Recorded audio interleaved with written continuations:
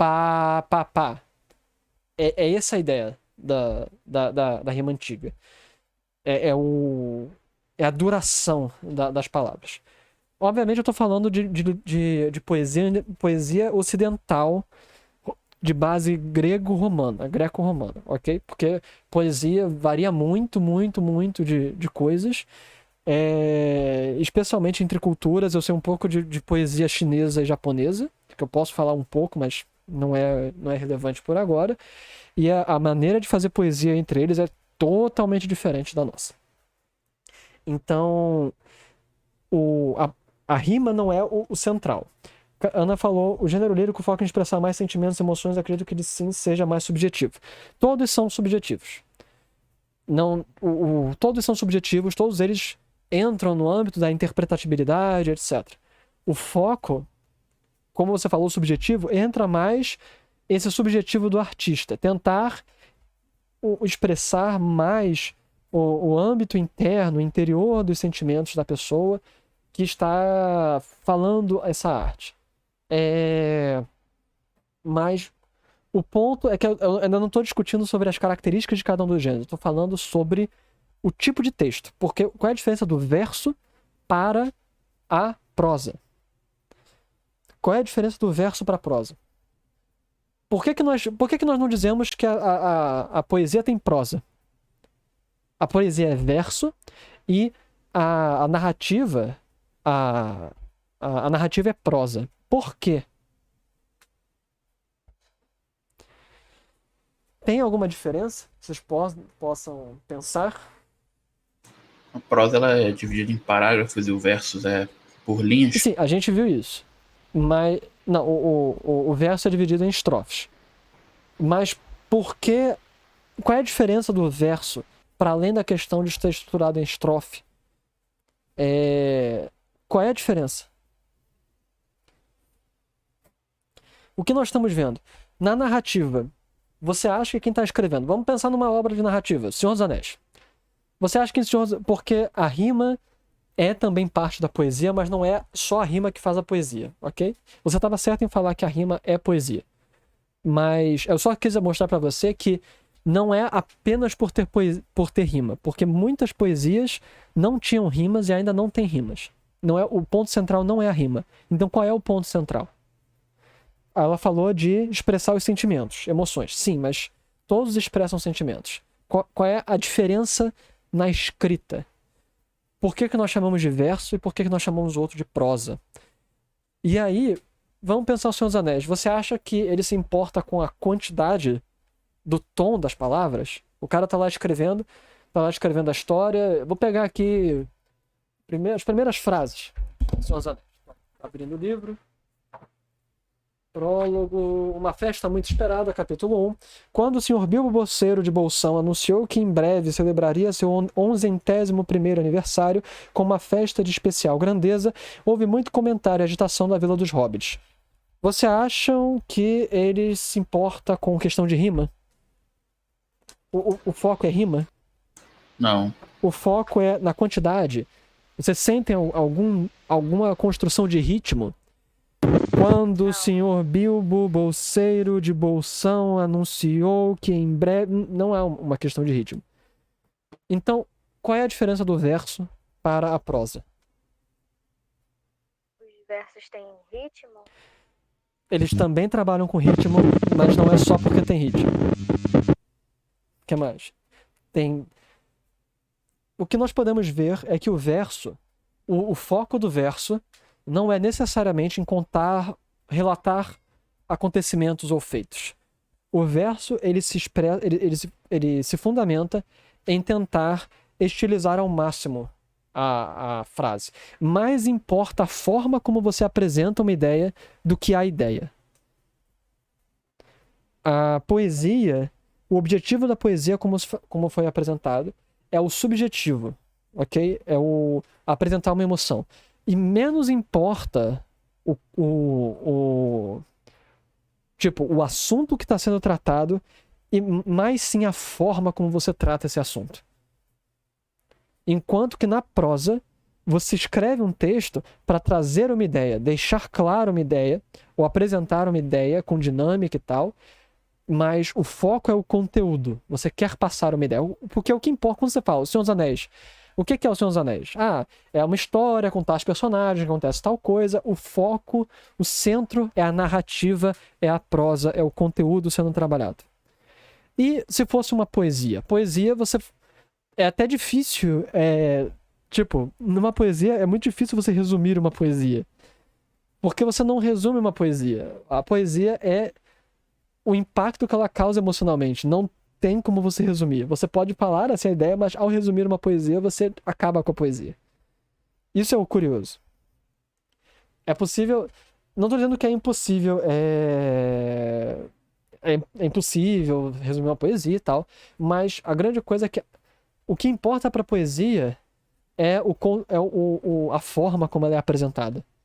E não o conteúdo. O resumo, ele resume o conteúdo trabalhado, mas não a forma. Então os resumos meio que destroem a poesia. E isso é muito interessante, essa é a grande diferença. Por isso você tem verso e por isso você tem prosa. Por isso existem dois nomes. Senão não teria por que nós termos dois nomes diferentes para essas coisas. Obviamente, tem situações em que fica muito difícil determinar um do outro. Existe, por exemplo, prosemas, que são poemas escritos em forma de prosa, e aí vai complicando e tal. Nós aqui não vamos ir para esses extremos, nós aqui não vamos ir para esse nível de absurdice. Eu vou dar um exemplo para vocês, ok? De rosa é um outro nome para sangue. Deixa eu mostrar para vocês. Um momentinho, que eu vou pegar o texto. Rosa é um outro. Rosa, rosa, rosa.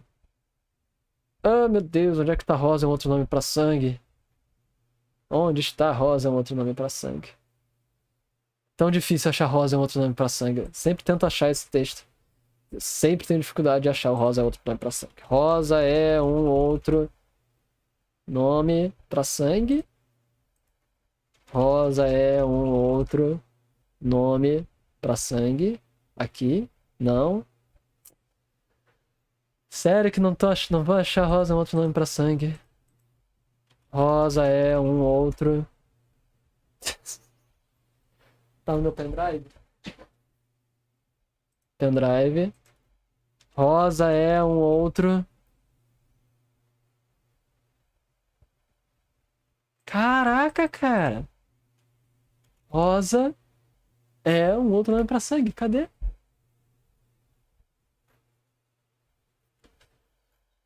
Ok, eu não sei onde é que tá rosa, é um outro nome pra sangue. Última tentativa, vamos lá Vamos tentar achar outro. Vamos botar prosemas. Eu devo talvez achar prosemas. Prosema. Ok. Não é rosa, é um outro nome para sangue, infelizmente, mas faz parte. Mas esse é muito, muito pesado. Eu não quero falar sobre isso, não.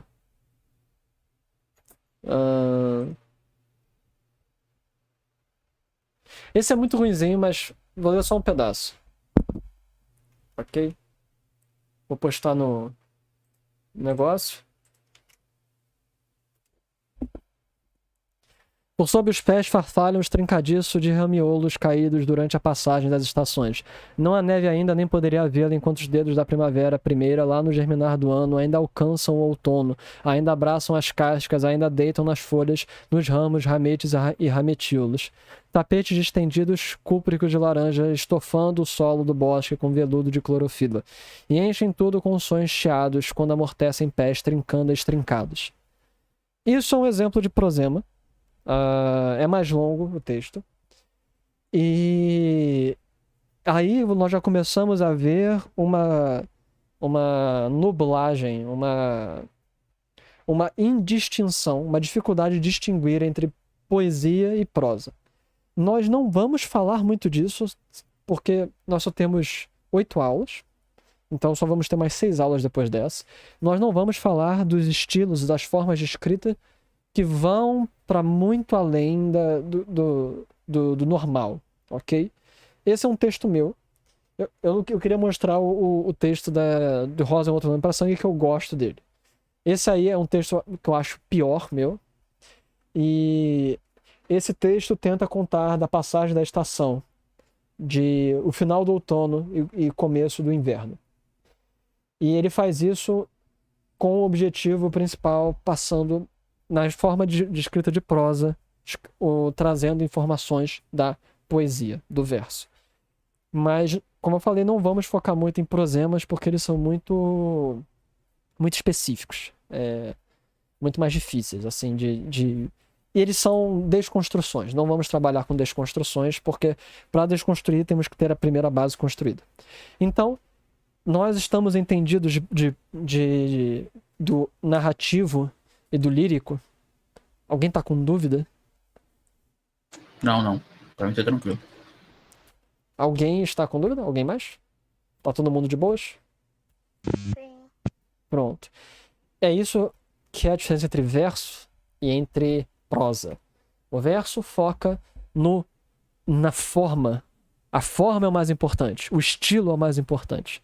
Enquanto que na prosa o conteúdo é o mais importante. Só que aí nós vamos para o último grande gênero literário, que é o teatral. O que vocês me falam do gênero teatral ou dramático teatral? Pelo próprio nome você vê que eles são próprios para se encenarem, né? Sim, mas a grande coisa é que nós estamos discutindo dos 3 grandes gêneros que servem de base para todos os outros gêneros literários. O que ele tem de diferente? Por que existe a necessidade? Vocês acham que existe uma outra forma de escrever além de prosa e verso? De escrever literatura, eu quero dizer. Porque é isso, nós estamos falando. Porque se existem 3, é porque existe a necessidade de ter uma outra forma. Por que a gente está fazendo aqui? A gente está discutindo sobre literatura para aprendermos a escrever literatura. Então, as pessoas, elas criam esses modelos não é por criar, não é só porque sim. Elas criam para tentar descrever as diferenças entre eles. Então, há necessidade.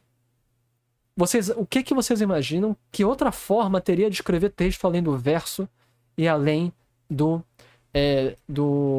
da prosa?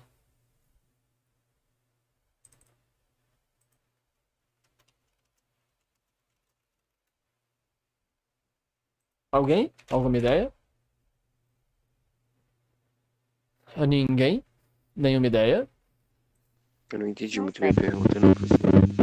Então, vocês percebem que quando eu falo, quando a gente escreve em prosa, a gente está com um foco diferente do verso, ok? E a forma de escrever é diferente, certo?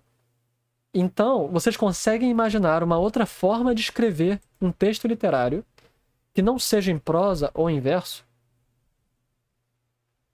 Sim, diálogo. Diálogo. Perfeito. E esse é o grande foco, é a grande diferença que nós encontramos no texto teatral ou dramático. Essa é a grande diferença. Vocês já leram um texto de teatro? Já. O que vocês veem de diferente no texto de teatro, normalmente? Normalmente vem o nome da pessoa que vai falar, e aí depois vem o que ela tem que falar Exato. e fazer. Ele é dividido especificamente e principalmente como na forma de diálogos. E também o texto de teatro, ele tem alusões, tem comentários de cena, de cenário, tem comentários por fora. Ele tem anotações e comentários. Como o coro grego, anotações de figurino, posicionamento no tablado, etc. No palco. Então, o texto teatral, ele existe porque nós precisamos ter uma outra forma de análise, que a prosa e o verso não são suficientes. Existem outras formas, e é o texto teatral, que ele foca principalmente no diálogo A ação, toda a história de um texto teatral, ela é raramente, pelo menos o texto antigo, o teatro antigo, não tinha narrador ou não. O objetivo não era ter um narrador. Ao invés disso, você fazia os personagens dizerem o que acontece. Então, por exemplo, chegava alguém e falava: Fulano, eu ouço os passos dos soldados que estão se aproximando. Aí o Cicrano fala. Não, aí Fulano fala. Vou falar de personagem A e personagem B. Personagem A diz: B, eu vejo os passos de soldados se aproximando. Aí personagem B então diz: Não, A, é apenas o barulho da correnteza do rio. Aí o personagem A: Mas agora eu estou vendo as lanças dos soldados estão brilhando no sol e conforme eles avançam para nós. E aí B comenta: Não, você está enganado. Na verdade são os pássaros. Você está vendo o reluzir da luz do sol no bico dos pássaros. E aí A comenta: Não, B, eu observo agora, consigo ver as faces deles se aproximando das muralhas do castelo. E eles estão preparando as armas de cerco e as catapultas para nos atacar. E aí B fala: Não, e por aí vai. O que, de forma geral, não é um narrador que fala: E os soldados arrastaram as rodas de madeira, as catapultas para a frente do castelo e não sei o quê. Tudo é mediante diálogo. E alguns comentários de cenário. Por exemplo, você bota o comentário do diretor que fala: personagem A coloca a mão no rosto e vira o rosto contra a plateia. Então, normalmente é assim. Estes são os 3 grandes gêneros. Essas são as 3 grandes formas de se escrever. O gênero teatral, a maneira de escrita, a prosa é o quê? A prosa, o narrativo, nós temos parágrafos e prosa. O poético, nós temos estrofes e versos. E o dramático teatral, nós temos o roteiro e o roteiro de teatro, ok? O roteiro e os diálogos. Os diálogos e as anotações, os comentários. Então, estas são as 3 grandes formas de se escrever. O objetivo do verso é trabalhar a forma, como você trabalha o estilo. O dramático, não, o épico narrativo, ele trabalha o conteúdo, o que você está querendo passar. E o diálogo, ele trabalha basicamente o contato entre os personagens. Ele trabalha com o público. O teatro ele foi pensado para ser metanarrativo, ele trabalha com o público em si. Mas ele é um texto bem diferente, o teatral. E com isso, galera, nós vamos terminando aqui essa aula. Para a próxima, eu gostaria que vocês trouxessem... Não, trazer exemplos de textos desse tipo não é muito interessante. O que eu acho mais interessante é que vocês... comecem a fazer um exercício que nós vamos fazer bastante nas aulas. A temática é: a galinha atravessou a rua para chegar ao outro lado. É isso. A galinha atravessou a rua para chegar ao outro lado. Vocês vão ter que escrever um microconto, uma micro-história, que nem aquela que nós lemos aqui. Só que dos 3 gêneros principais. Vocês vão escrever uma no gênero poético, vocês vão escrever uma no gênero narrativo e vocês vão escrever uma no gênero teatral com exatamente essa premissa: a galinha atravessou a rua porque queria chegar ao outro lado, e vocês vão ter que escolher um tom para cada uma. Ok? Eu vou passar por escrito esse texto para vocês não esquecerem. Talvez nós não leiamos o texto de todo mundo na próxima aula, mas vocês têm que ter esses textos feitos para juntarem no seu documento, para dessa forma ter um registro das tarefas que vocês fizeram. Alguma dúvida, alguma questão, alguma colocação? Professor, a próxima aula é só na próxima segunda-feira, né? Segunda-feira. Tá bom.